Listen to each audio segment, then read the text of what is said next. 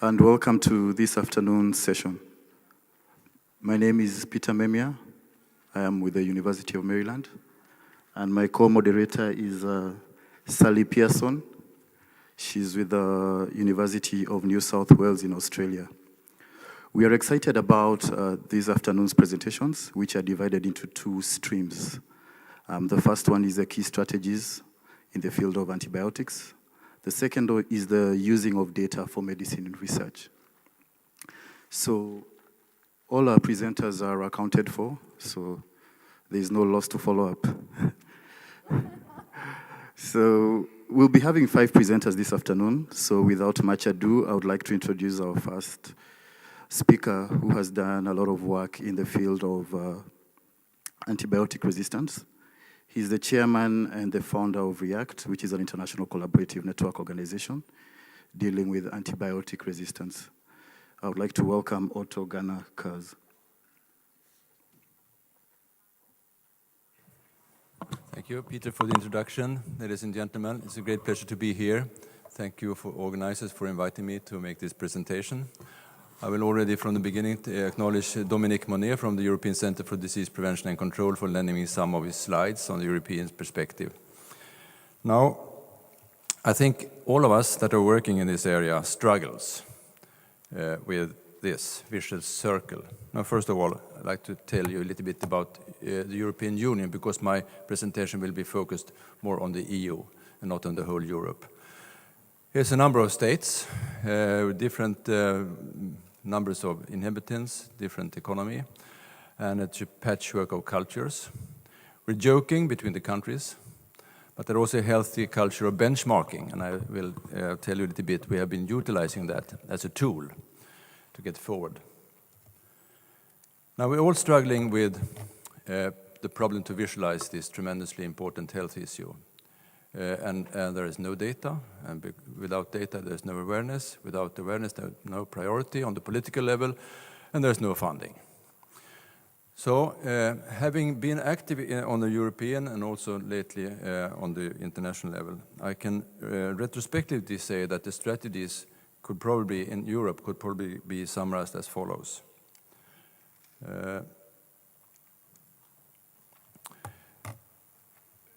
To generate data, to get awareness, to get national coordination, and to, from that platform of a mandated national coordinating group, make intervention in different fields.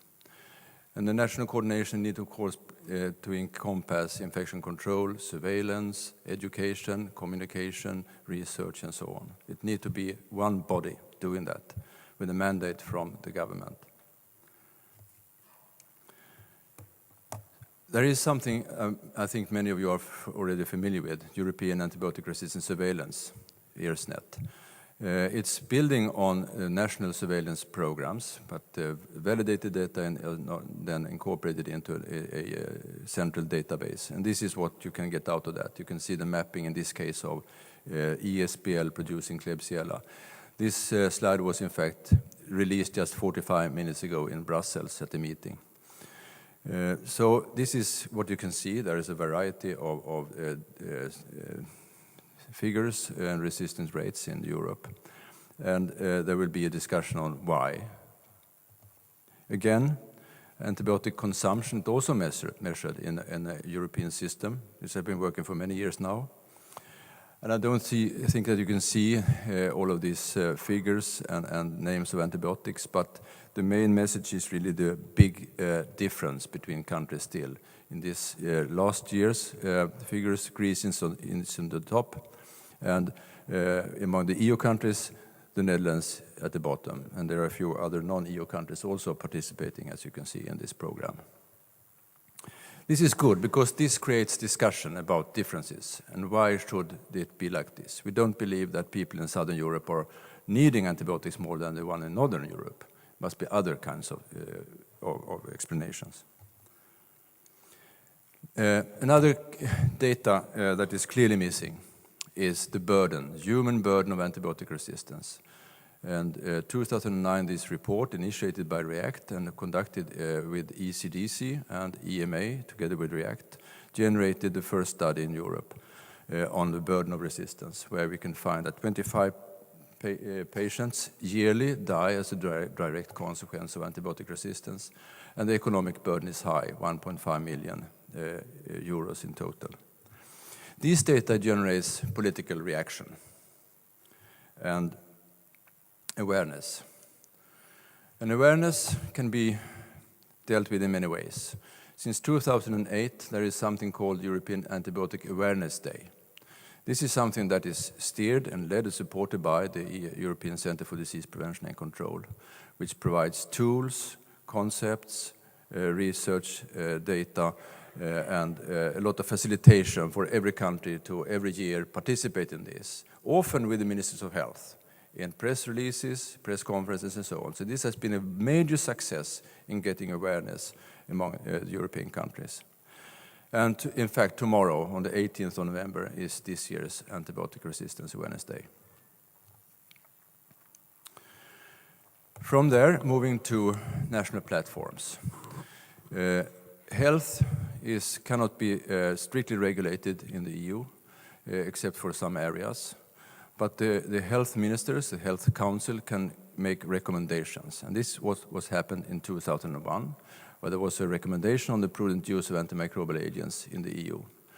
And one primary thing in that recommendation is that every member state should have an intersectoral mechanism, a coordinating body, functioning body, which makes a platform for collaboration and interventions.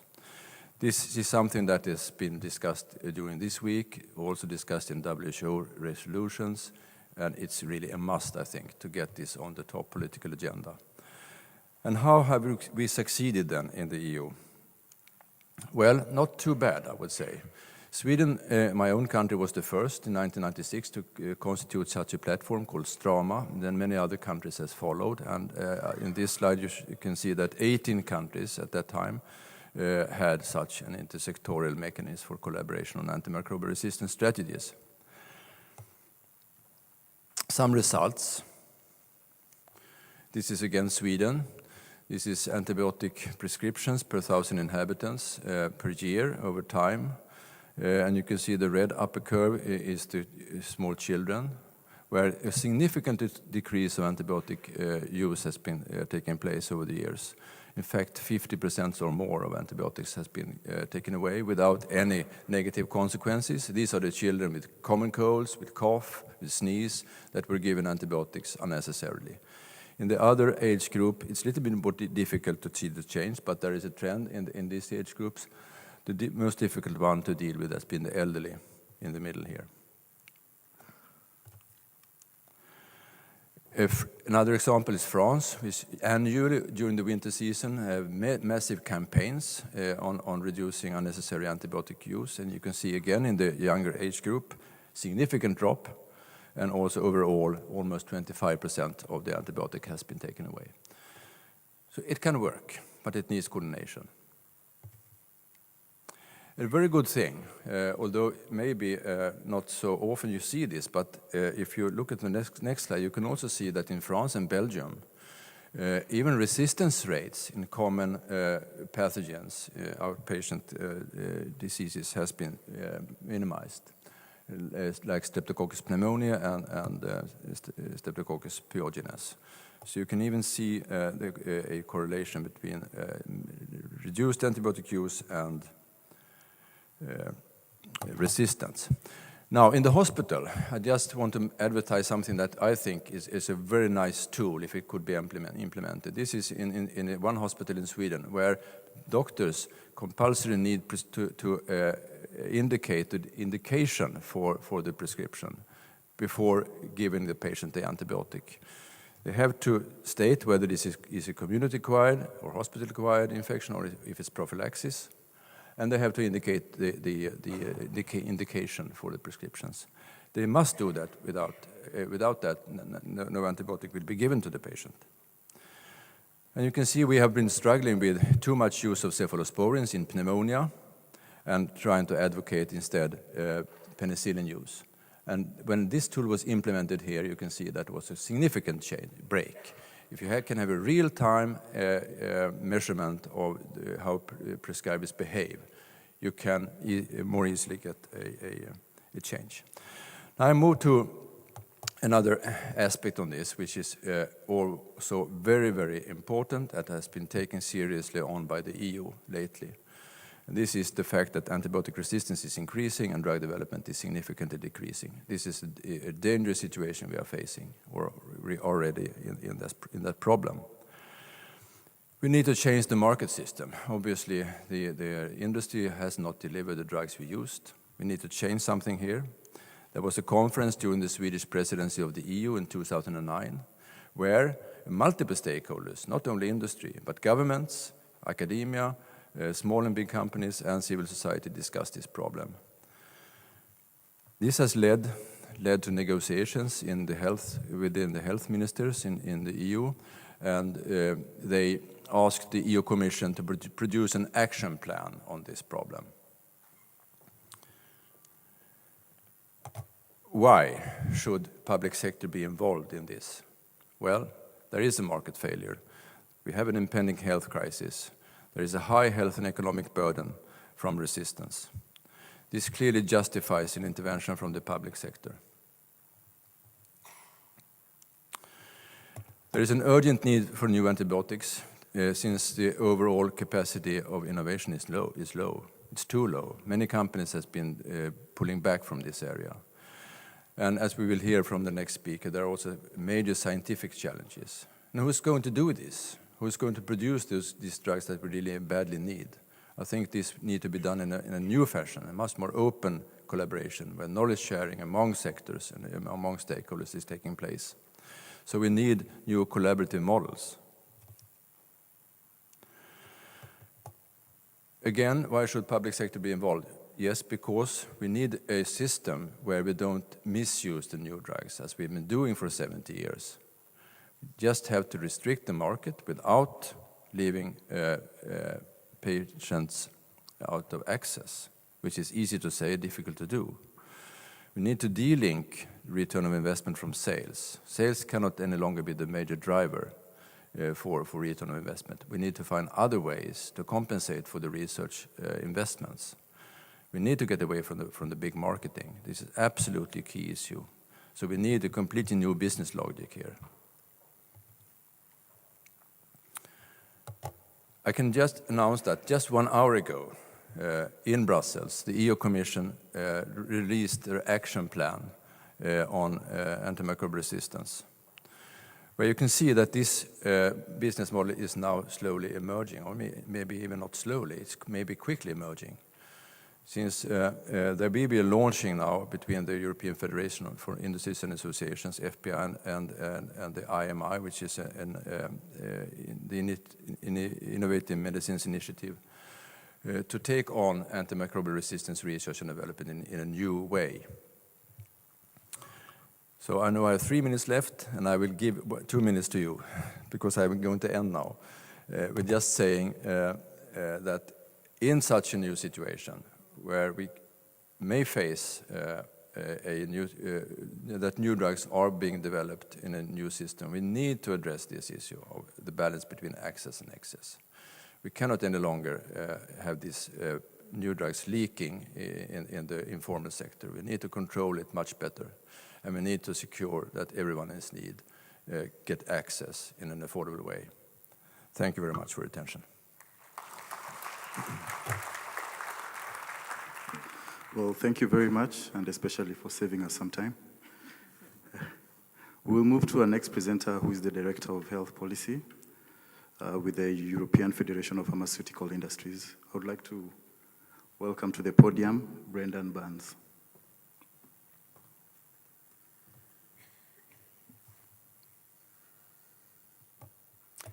Well, good afternoon, and I'd like to thank Isham for inviting us to present.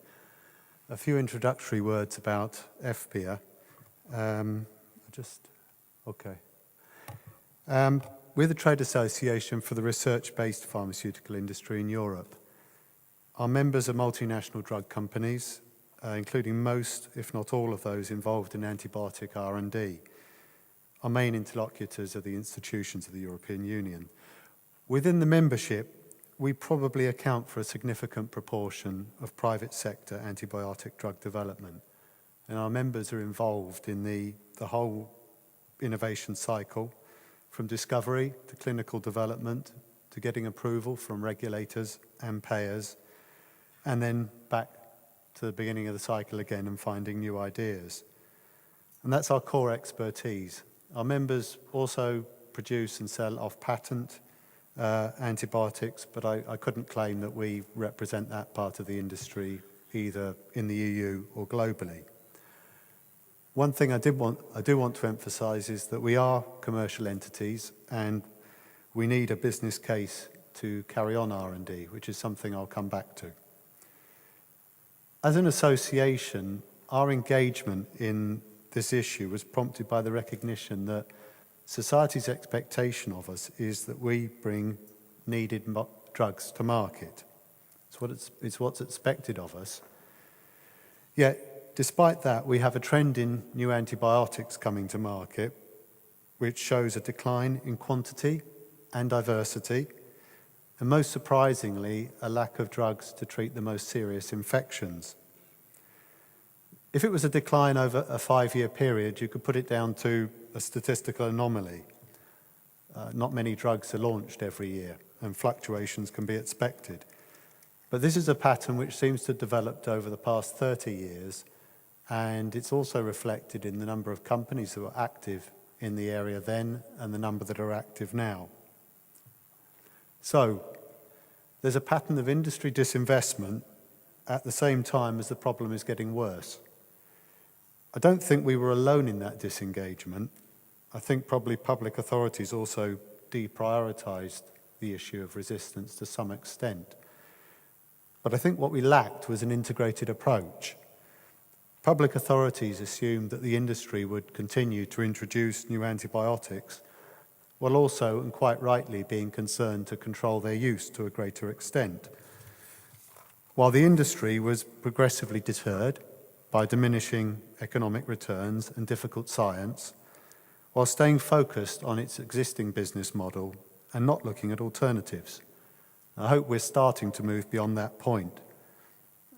Our goal is that we have a sustainable R&D platform with public and private elements which can deliver the ability to treat infection as and when new challenges emerge.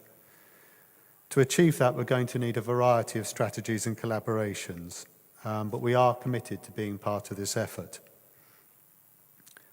Let me outline the challenge from the business perspective.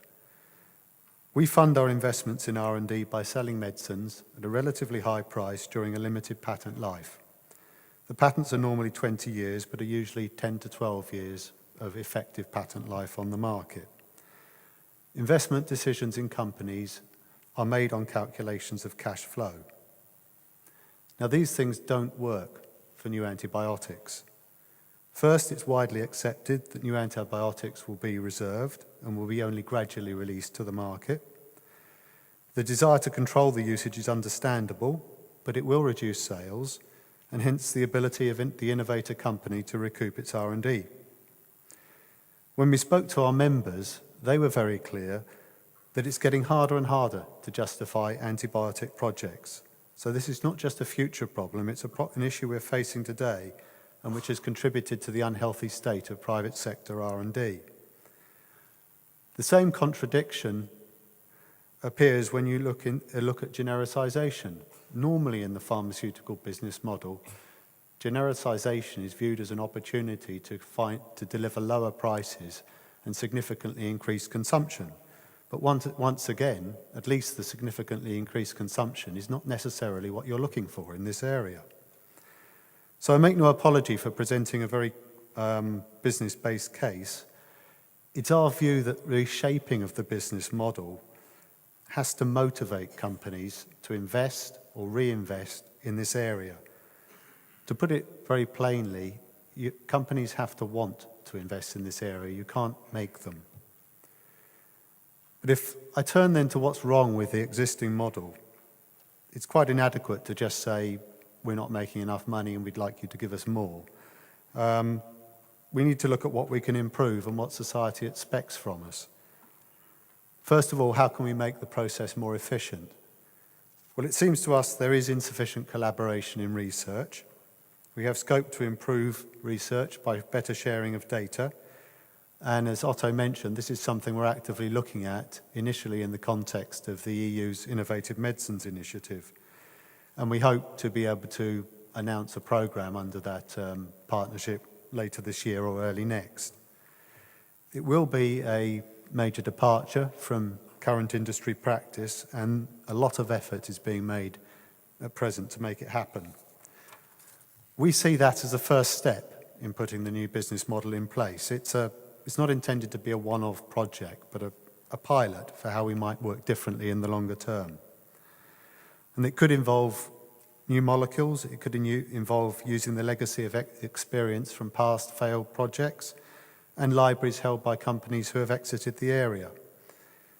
We're quite clear as well that public authorities want to see different chemical classes being explored, together with completely novel ways of tackling infection. So this new business model needs to promote diversity. One factor that may have contributed to the conservatism within the existing model is medicines regulation. We ran a workshop with the European agency earlier this year, and I was quite struck on a couple of occasions to hear people from the industry say they actually could not figure out how they could run a trial for a particular condition. And that's quite troubling. Trialling antibiotics is difficult. It's particularly difficult when you're dealing with drug-resistant infections and your patients are typically people who are seriously ill already. We are hoping, although we don't have all the answers, that we can find ways, regulatory pathways that will ensure that promising antibiotics aren't lost to the extent that they may be being lost today. A final concrete factor that we believe will have a very important positive influence is rapid, accurate diagnostics. This will change the feasibility of clinical trials because you'll be able to identify which patients should be in the trial. And of course, it will make therapeutic choice much more targeted. One of the consequences is that sales volumes may go down, but that is something that we accept and welcome, and we have to factor it into our thinking.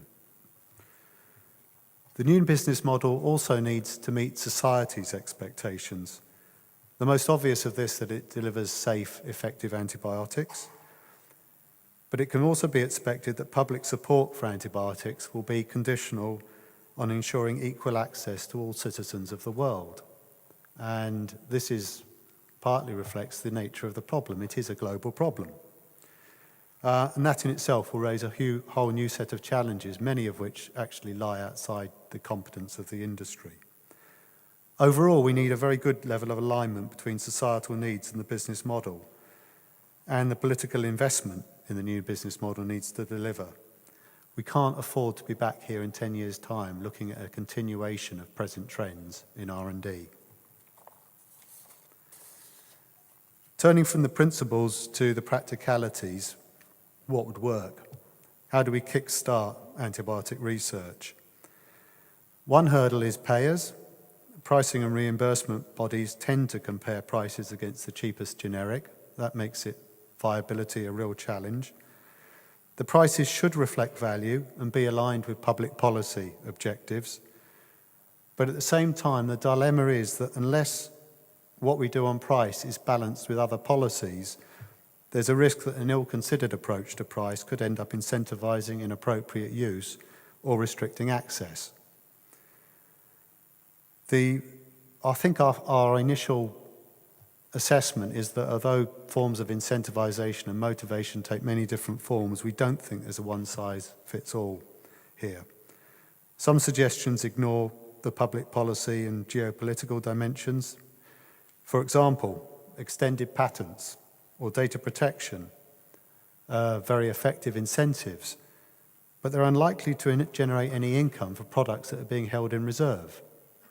There is no cash flow on products that are kept in the drawer. If I connect these aspects, I think it's clear that incentives that separate the volume of sales from the financial return of the use of the product are needed. Intelligent pull incentives such as advanced marketing commitments and prizes may have potential, but all of these things have challenges which we need to work through and think through carefully. So we think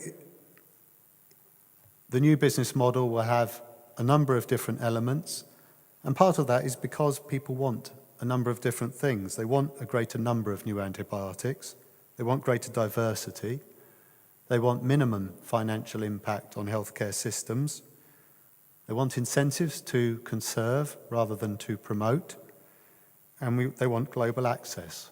And that's a complicated package. So we will need a collection of revisions, changes, incentives to address those problems. But I'd like to conclude by addressing the global dimension. First of all, I'd like to suggest that we need to fix the future. There is, I think, quite a significant political momentum now to try and address this problem. But at the same time, it's difficult to expect changes in behaviour immediately and in the here and now. If we look frankly at what happens in reality, our companies are currently still incentivised by volume sales. There are plenty of reasons why physicians and pharmacists are reluctant to reduce use of antibiotics. So it doesn't mean that we have to give up on the efforts, many of which I've heard about this week, to combat antimicrobial resistance and to advance appropriate prescribing. But we think that there is a need to focus on the new pipeline and put this new model in place for that new pipeline. The discussions that have taken place this week, for me, have highlighted that the innovation question is a complicated question, but it's actually surrounded by a very complicated healthcare delivery question, which we also don't have all the answers to. And one of the thought I wanted to leave you with, perhaps, was whether we could advance some sort of global compact as a way of trying to address these issues in a coordinated way. We don't envisage that as a detailed procedural document, because making improvements will be a long-term endeavour, and it will be primarily delivered at regional and national level. But a global compact could set priorities and principles. It could act as a focal point for a comprehensive approach. It could focus on agreed and gradual introduction and responsible marketing. It might also highlight other needed developments, such as the lack of adequate global surveillance. It would also require not just the industry and healthcare authorities, but also pharmacists, physicians, and other stakeholders to come together to try and solve this problem. So, in conclusion, I'm convinced that we can't address everything under the sun. This is a very complicated problem. 100% solution will fail. What we need is good first steps. And we, as a research-based industry, are ready to engage in that, and we would like to be part of the solution. Thank you.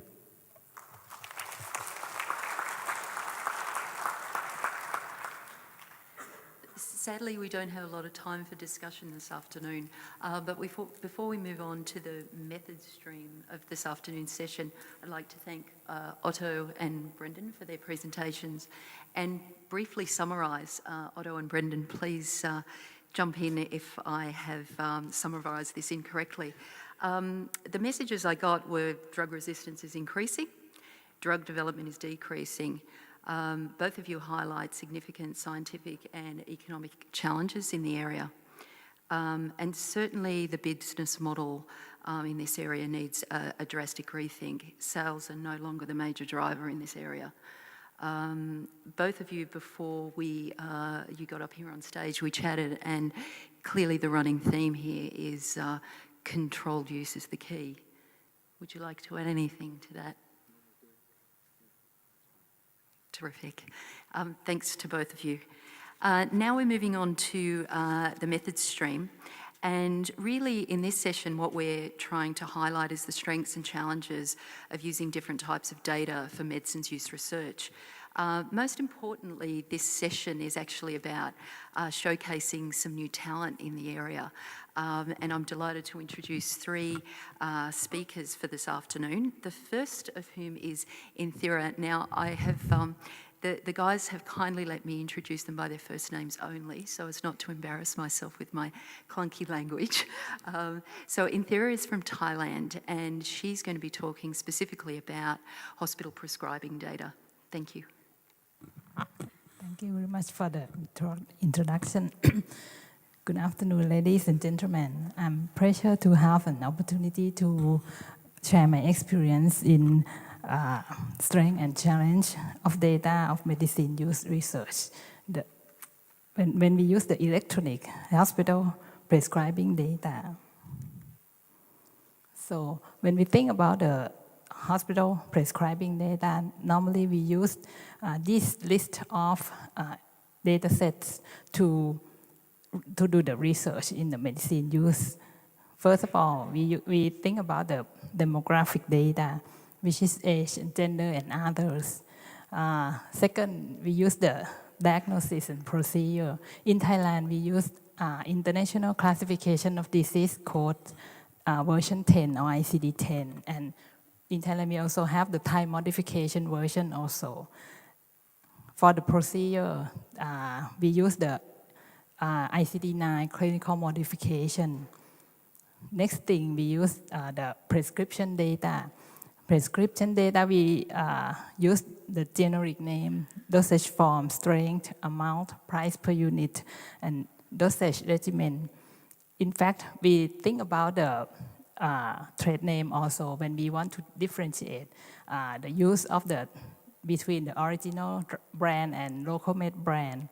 But I will talk about the problems of the trade name, of the using of the trade name later. And then if we think about the outcome, we may have to use the laboratory result also. And the last thing, I use the financial information about the expense of the prescription drug and the health insurance scheme. For the strength of using the prescribing data, I separated into two levels, the national level and individual hospital level. For the national level, right now we have the incentive of the health insurance payment. For example, for the OPD cases, the fee-for-service scheme, which is a direct payment to the hospital, they required the data submitted they will pay by items according to the data submitted. But for the capitation scheme, they don't require anything because it is capitated per year. But for IPD cases, all schemes, they pay by DRG or diagnostic related groups. So they reimburse according to the DRG data submitted. For the individual hospital level, right now the dispensing database is the most complete database in the hospital. Why? Because the hospital have to dispense the drug to the patient. So every information that the patient need were recorded into the databases. And then the completeness is because they have to use this database for the reimbursement. So it has an incentive to prepare it completely. Okay. The next thing is the improvement in hospital information system. Many vendors of in hospital information system, they try to improve their feature to facilitate the hospital to submit the required data to the health insurers. For the challenge, to level also. For national level, they don't have the real national standard of prescription data set. For individual hospital level, for the large hospitals, many hospitals, they don't have the standard drug classification system. And the next thing is we are unable to identify the exact trade name, like I said, because sometimes one codes were used for all brands. For example, for this year, we used original brand, but next year, we use the local brand, but it is the same code, so we cannot differentiate the code.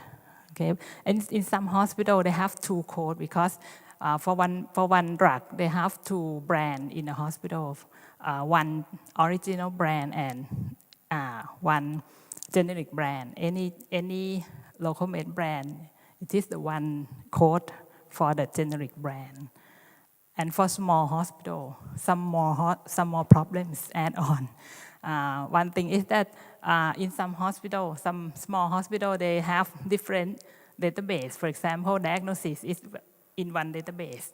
Prescription is in one database. When we want to do the research, we have to link it together.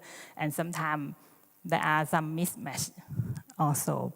And the next thing is they don't have the backup system. Sometimes the electric shutdown or the virus, computer virus found in the system. So the completeness of the data is lost also.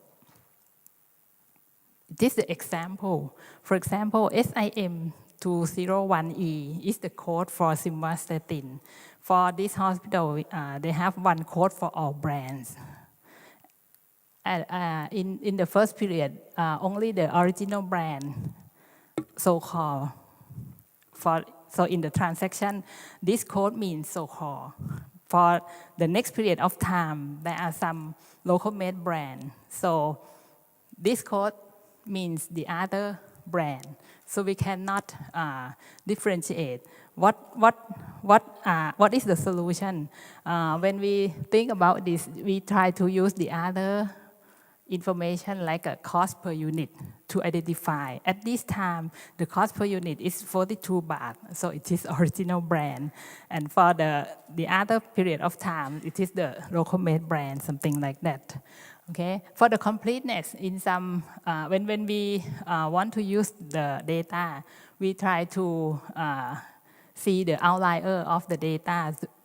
In this hospital, it is from the small hospital. It has incomplete data like this. We run by the weekday and the weekend, and we see the outlier. So we can identify that there may have some problems in this, and then we go back to check it. For experience in a Thai hospital, the research that I do in this Thai hospital, the context of the hospital is the tertiary care hospital. They have advanced electronic hospital information system. Anyway, the dispensing data, they have one code assigned. The drug code will assign and generate and assign the pharmacological classification by the responsible pharmacist at that time. It means that when the pharmacist change, the responsible pharmacist change, sometimes they identify or they assign the pharmacological differently sometimes. Okay, so the accuracy of the data is a problem. And they have two codes for one generic name, one original brand and one for any local made brand. For the diagnosis course in this hospital, they use the ICD-10 and ICD-9 CM. But for the recorder who record this, this diagnosis is the clerical coder who were trained, not the exact pharmacist, the physicians. So the accuracy is also the problems. Okay, the approach that I use to do my research is that the step one, I consider that what disease or what drug that I can use this information to research. The first one is the particular drug or drug group, regardless of the diseases. For example, if I want to do the research about the COX-2, it is okay. So thiazolidinedione, it is okay. For some specific drugs, for the specific disease, I can identify the eligible patients from the drug code also. But for the drug with many indications, I cannot do like this because the diagnosis information is not complete. Okay. The second step, I set up the valid criteria to identify the eligible patient. The next step, I clean the data, the transaction data. And then if it is needed, I will verify the record with the hard copy of medical record and then analyze the data. A case study of 5-year medicine used in diabetes. The step one, I can use this data because the the anti-diabetic drug is quite specific. The second step, I list the eligible patients from all oral anti-diabetic and insulin. And then I clean the transaction data, and then for this case, no need to verify with the record, with the hard copy medical record, because every patient who received the drug are in the database. And then I can analyze something about the equality in access, quality of diabetes care, tracer for safety, and cost of care. For example, at this time, it has a new policy, universal coverage generated. I can monitor that the patient change the health insurance scheme, and the equality for the different scheme, the average charge for anti-diabetic has a discrepancy among the scheme. And then I will trace for the anti-platelet therapy to prevent the cardiovascular disease. I can identify that how many % of the patients that get this therapy compared to the treatment guideline. In conclusion, the accuracy of the eligible data depends on the context of each hospital. We need to understand the limitations of the data in each hospital, because it is very important to treat the data. Okay? And then even we don't have the national drug classification system. The prescription data also useful to address some medicine utilization in some certain diseases.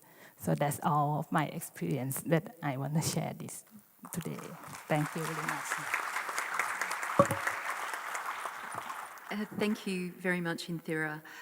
If you're interested, Inthira has a poster 1004 where she has demonstrated how she can use this hospital data to understand drug use in her region.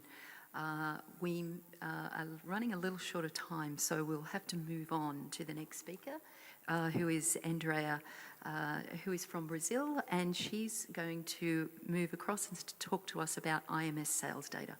Thank you. Thank you. Good afternoon. My name is Andrea Damaso. I work for the postgraduate program in epidemiology of the Federal University of Pelotas in Brazil. I will present some information about my experience using data on pharmaceutical sales in Brazil for medicine use research. Finding reliable sources of data on medicine sales or consumption in a large country is challenging, and Brazil is no exception.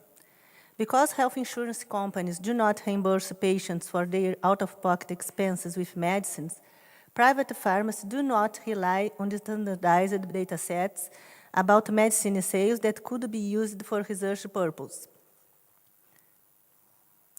In order to evaluate the impact of policies such as the implementation of generic medicines in the Brazilian market dated from 1999, it would be important to have longitudinal data on medicine sales in the country before and after the introduction of generics in the market.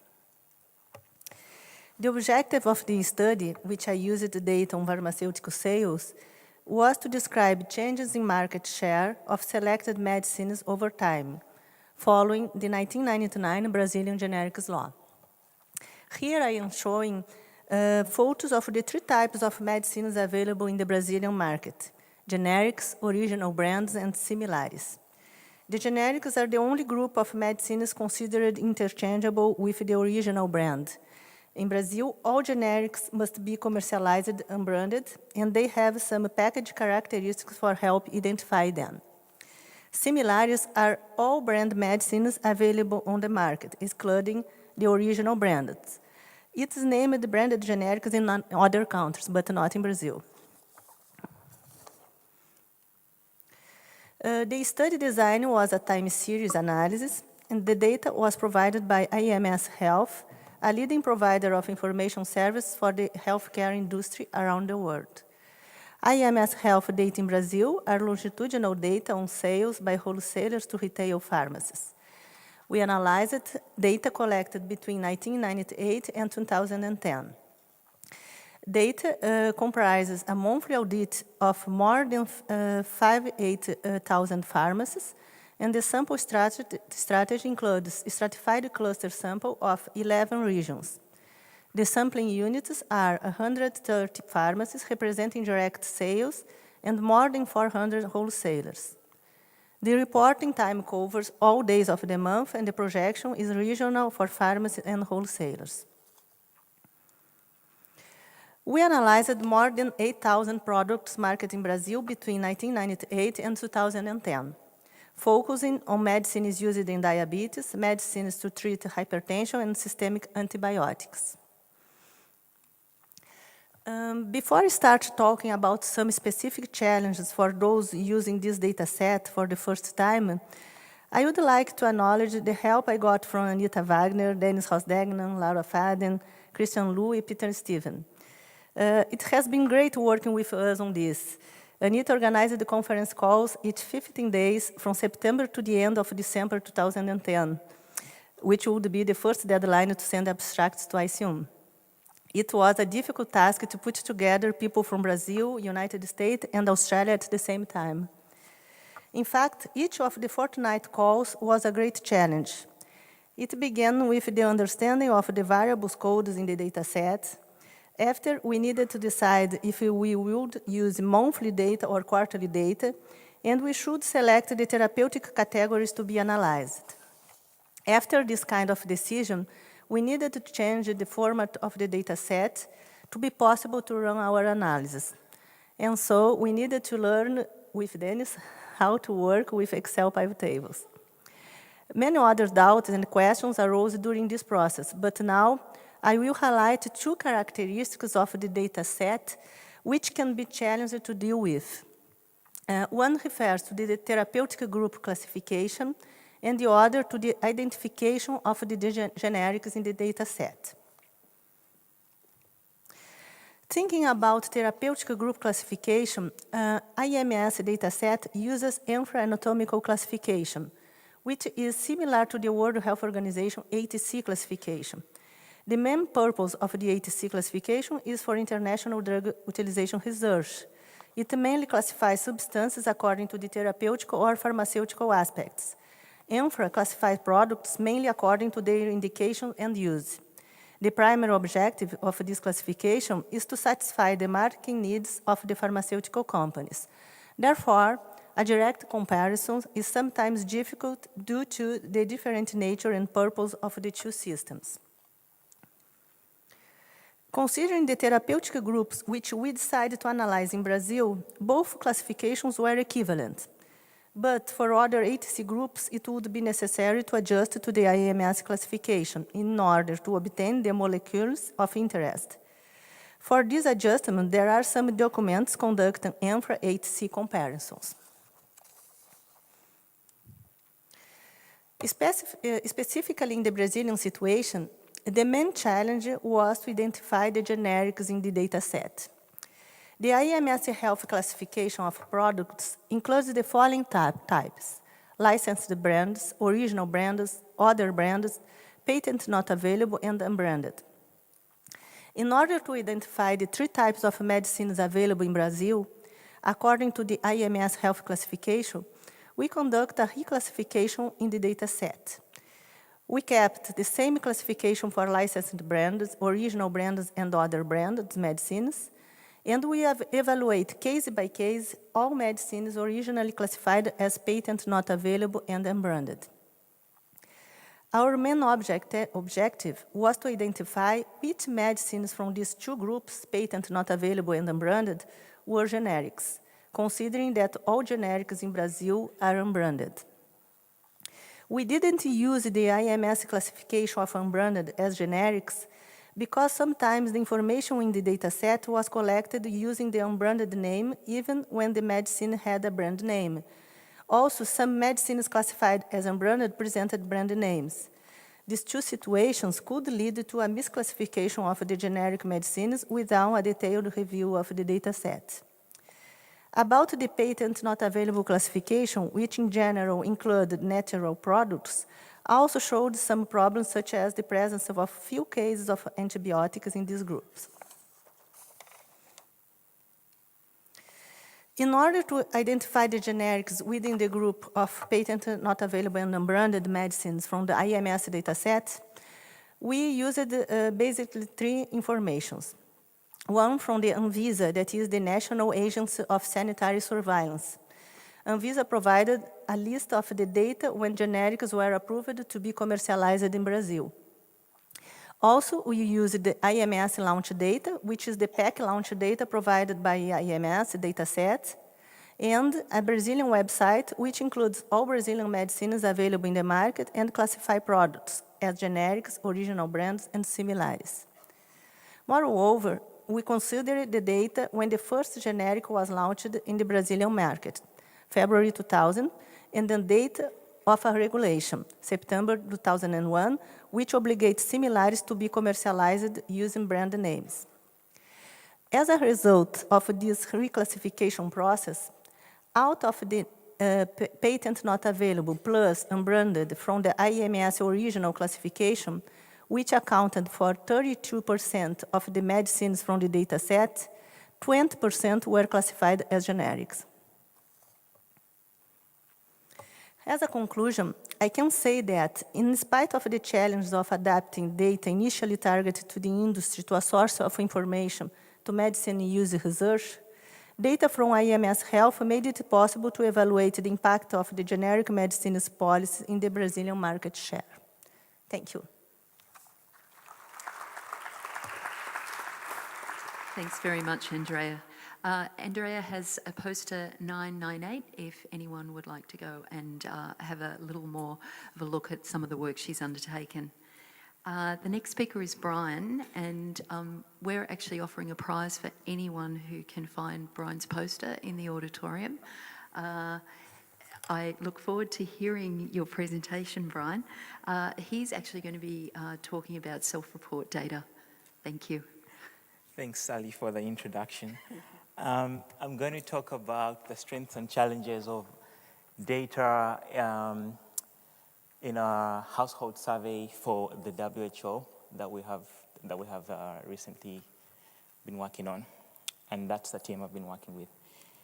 Okay, so what is this survey? This survey really is a standardized rapid cluster sample survey of households issues in low and middle income countries.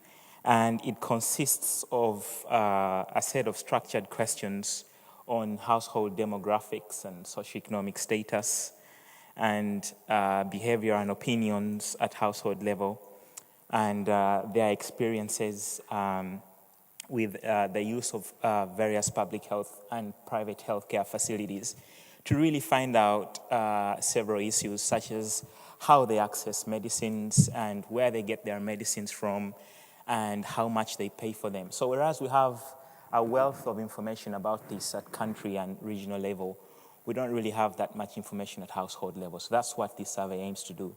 So it was originally designed by the WHO, and then it was adopted by META, which is a Medicines Transparency Alliance. And they added a full roster of patient demographic information and also increased the sample size by about 20%. So the purpose of this survey really is to identify barriers to affordability and also to characterize household level perceptions about the quality of care and the medicine that they access. And also to determine whether there are differences in these specific variables for those who are afflicted by acute or chronic illnesses. Okay, so in a nutshell, this is how the data are collected. In each country, there are about 6 regions that are selected rather. And in each of those regions, you need to include the largest urban area or the capital city. So in each region, you then select 6 reference health facilities and then sample 30 households within 10 households within a 5-kilometer radius, 10 households within a 5 to 10 kilometer radius, and then another 10 households that are greater than 10 kilometers from the reference facility.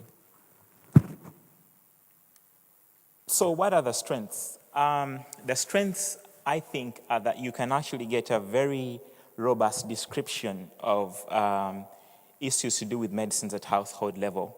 You can capture a snapshot of information on approximately 200 data items on issues such as the common sources of medicines at household level, perceptions about the quality of services that the household members receive, and their impressions about the costs and affordability of the medicines, and also what they think are barriers to access to medicines. Another strength really is that you can do a fairly rapid cross-country comparison of information because the questions are asked across the countries in a fairly standardized way.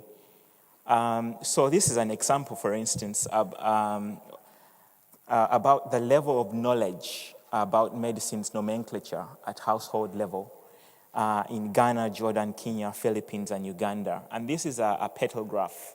So the 4 components in this medicines knowledge question were whether the head of the household has heard about the fact that a same medicine may be given different names, whether they've heard about the term generic, and of those who have heard about the term generic, what do they think in terms of quality? So do they think that, for instance, a generic is of higher quality than a brand?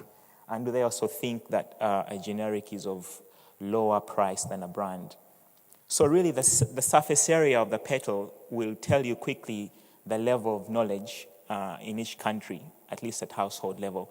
And very quickly you can see, for instance, that the level of knowledge in the Philippines and Uganda is much lower than in the other 3 countries. So you can do such things quite robustly with the data. You can also correlate the questions in the survey in order to carry out a secondary analysis on questions that were not really asked directly. So for instance, we have tried to explore the question of access to medicines, and we have defined access as the ability of the household to acquire medicines for a specific chronic disease. So this question was not actually asked directly, but there were 2 related questions, one of which was whether one member in the household has been told they need to take medication for a chronic disease, and the other being whether they keep this medicine in the home. So they were asked to actually show the interviewer the medicines they keep in the home, and the interviewer was able to write down what class of medicines those medicines belong to. So when we combine these questions, we were able actually to come up with a proxy measure for access by saying that those who have access are those patients who have been told they need to take a medicine for a chronic condition and they keep this medicine at home. So this does not necessarily completely cover the access question, but with such a survey, you can get proxies like this. So I think that's another strength of the survey. So moving swiftly on to what I think are the limitations. So this is a graphic representation of exactly how the households are sampled. So like I said, within each region, you choose 6 reference public health facilities, and then you sample 10 households within those red eye from the public health facility. So because this is cluster sample, it also dictates on how you can actually analyze this data.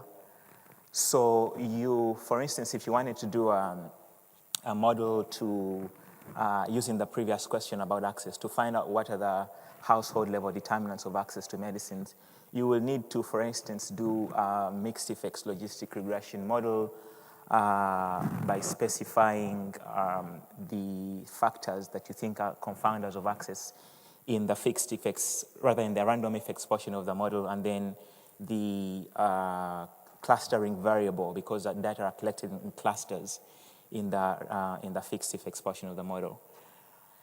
And so it limits the things you can do, because in such a mixed effects logistic regression model, with the current statistical software we have, you cannot do things like weighting, for instance, because the statistical software like Stata and SAS do not have that capability yet.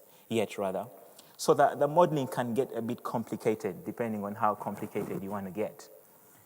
And also, whereas this is a strength of the survey in terms of at least trying to capture a variety of households within close proximity to the reference public healthcare facility, it is also conceivable that you may choose, say, 3 or 4 households at random who don't actually patronize this public health facility within that radius of the cluster.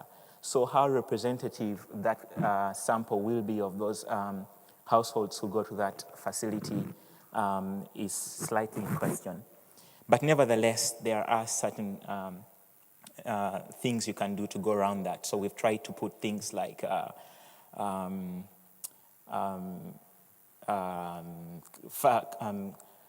factors coding for, say, whether a household is in an urban area in a specific country, so interaction terms and things like that, to try and sort that out. But it's still a limitation, nevertheless. Another limitation, in my opinion, is that there are some redundant responses in this survey. So here's an example. So this is a statement that the head of the household or the key informant who is giving this information is supposed to respond to. So it says, I have heard the term generic before to describe a medicine. And the options are you agree, you disagree, or you don't know. So I can understand the purpose of collecting this third option of I don't know during the process of data collection. But in terms of interpretation of this result, when you're doing the data analysis, what does it exactly mean to say you don't know that you have heard the term generic before? Shouldn't you really be disagreeing with this statement? So some of the options are redundant. And so some of the strategies we have used is that for such questions, we have tried to combine categories to really make sense from a policy perspective. So the user of the survey needs to be aware of such slight limitations. And of course, there are others, of course. This survey, as you can imagine, is quite resource intensive. You have to pilot it. You have to train a significant number of data collectors. And so it can be resource intensive. And also, earlier versions of this survey sampled the youngest member of the household with an acute illness and the oldest member of the household with a chronic illness. So those that method actually limits the ability of the analyst to make any conclusions about things like prevalence of acute illness, because only one person, and actually only the youngest person in the household with an acute illness has been sampled. So at household level, that's not really representative. And if you also take the oldest member with a chronic disease in the household, that is not really representative of the entire spectrum of illnesses, chronic illnesses at the household level, because only one person has been sampled. So in later versions, this has been changed. So I will stop there. Thank you very much.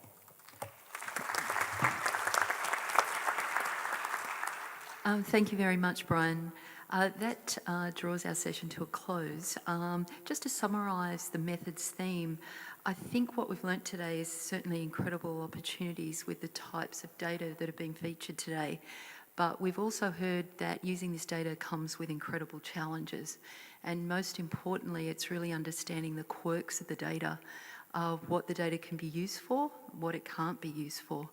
And on a closing note, sadly, Dennis is not going to be with us forever, so I think it's really important to encourage this new talent to stay in the field, share the knowledge, and make sure that we're not reinventing the same wheels every time we undertake drug use studies. Thank you very much.